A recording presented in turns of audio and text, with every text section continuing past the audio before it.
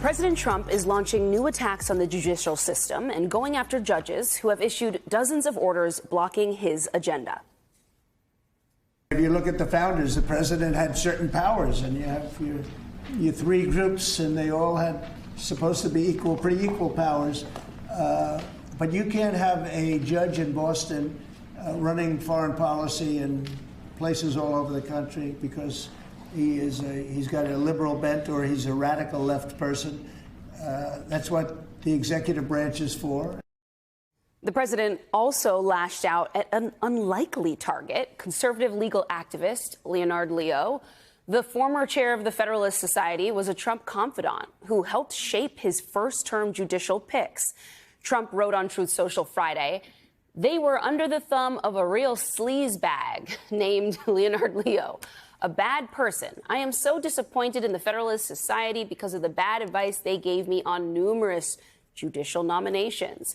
Back with us is James Sample. Thanks for sticking around. So what's going on here with this about face?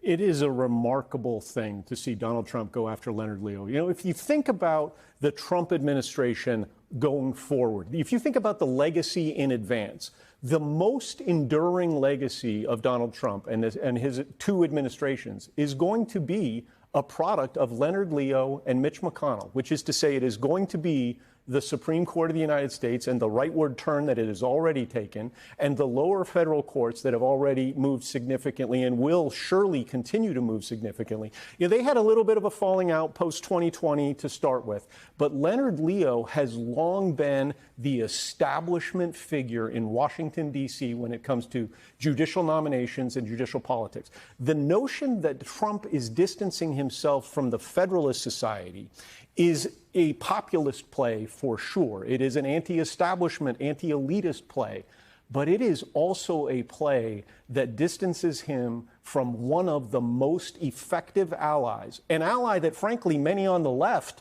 resent because he's been so successful. Leonard Leo has been a force. It may not be a name known to the average American. He's been a force of nature in reshaping the judiciary. He's a powerful, powerful player.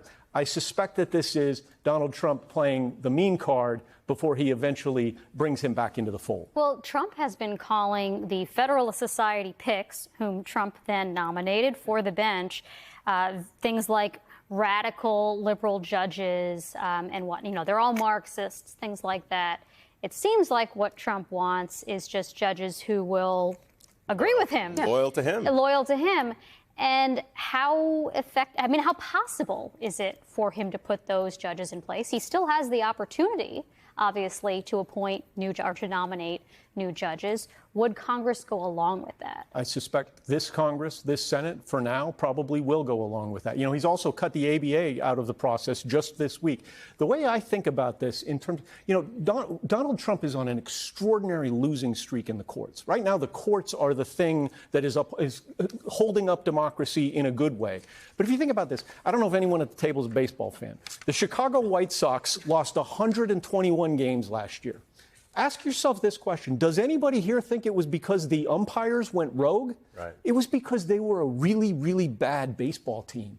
Donald Trump keeps losing in court. Why? Because he's really bad at the law and isn't even particularly interested in complying with the law. And is firing all of the lawyers who advise him about what the law actually is. Stephen Miller can talk about a judicial coup. The reality is, if you exceed your authority time and again, this is an individual, the volume of executive orders and the scope of those executive orders. He's not just trying to get around Congress and circumvent the bicameralism and presentment process. He's trying to amend the Constitution. He's trying to change the 14th Amendment's birthright citizenship provision via executive order. So if you overreach and you overreach and you overreach and you start losing in the courts a lot, the courts start to look like the enemy.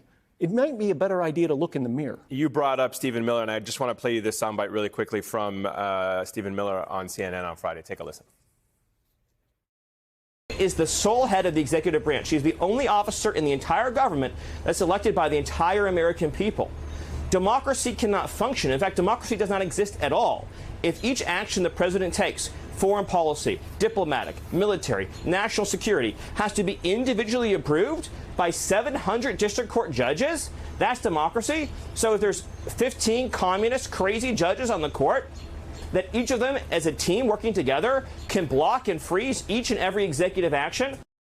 Your reaction to those comments, they're threatening, right? It's almost, it's very ominous as to what this administration wants to do to the judiciary. They want a purity test. They certainly don't mind when judges affirm their positions. They just don't like the ones that disagree with them. It's purely results-oriented, Eamon. You phrased that extraordinarily well. You know, Steve Bannon has a piece on MSNBC.com from just this week reflecting on that argument. He says, the argument reflects a childlike logic. Trump won a Democratic election. Everyone here can concede that. So today, the president's will is to defy democracy. Yes, the president does represent a significant democratic process, a significant democratic victory. Absolutely. The judges in the United States of America are not only are they not elected, which is by design at the federal level, they are responsible to stand up for a different constituency, even if it's an unpopular constituency at times, which is to say, standing up for the Constitution, standing up for the rule of law. That is actually the system that we set up.